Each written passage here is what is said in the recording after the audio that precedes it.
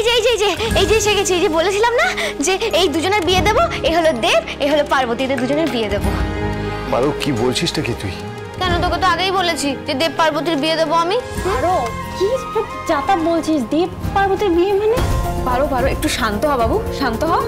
পারো তুই শান্ত হয়ে বসতো এখানে। না না না না না, আমি কারোর কথা শুনবো না। দাঁড়া পার্বতী,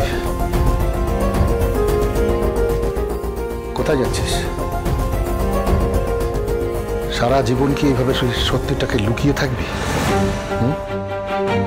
এতকাল কষ্ট করে যন্ত্রণা সহ্য করে তুই যে সত্যিটাকে গোপন করে রেখেছিস, সে সত্যিটা সবার জানা দরকার। সুন্দর পার্বতী এতকাল একটা কষ্ট বুকের ভেতর পাথর চাপা দিয়ে রেখেছে। যখন আমরা সবাই বিশ্বাস করে ফেলেছিলাম পারো আর নেই, তখন দেব একমাত্র বিশ্বাস করতো যে পারো বেঁচে আছে, পারো ফিরবে। দেবের ওই পাগল প্রায় অবস্থা দেখে পূর্বা দেবের আবার বিয়ে দেওয়ার সিদ্ধান্ত নিয়েছিল।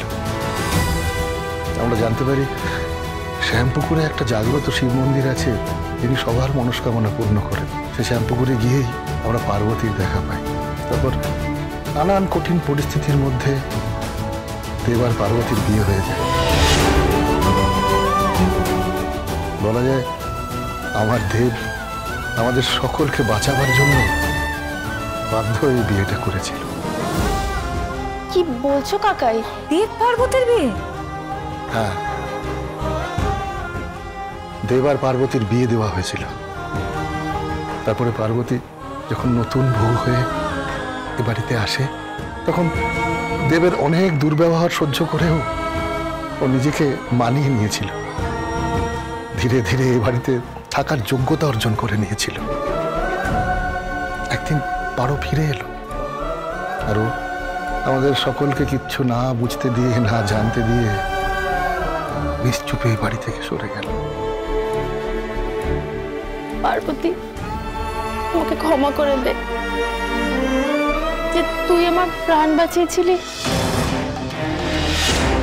তোর প্রাণ বাঁচিয়েছিল পার্বতী? হ্যাঁ, সেদিন পার্বতী তো আমাকেই বাঁচাতে গিয়ে ছাদ থেকে পড়ে গেছিল।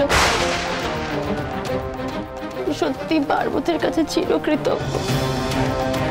বাবা তুমি এই কথাগুলো কেন বলছো আমি বুঝতে পারছি না। এই পার্বতী, পার্বতী শোন, তোকে কিন্তু দেবকে বিয়ে করতেই হবে। আমার দেবে রইলো, তোর সঙ্গে আমি দেবের বিয়ে দেবো, ব্যাস। আর এই যে দেব যদি বেশি খ্যাটখ্যাট করে না, বেশি যদি কিছু বলতে আসে, তাহলে দুজনে মিলে এমন গুম গুম করে মারবো না, তখন বুঝতে পারবে। পারো, কেন আমাকে এভাবে ছোট করছিস তুই? যত যাই অজুহাত দিক না কেন, ও আমাকে ছেড়ে চলে গেছিল।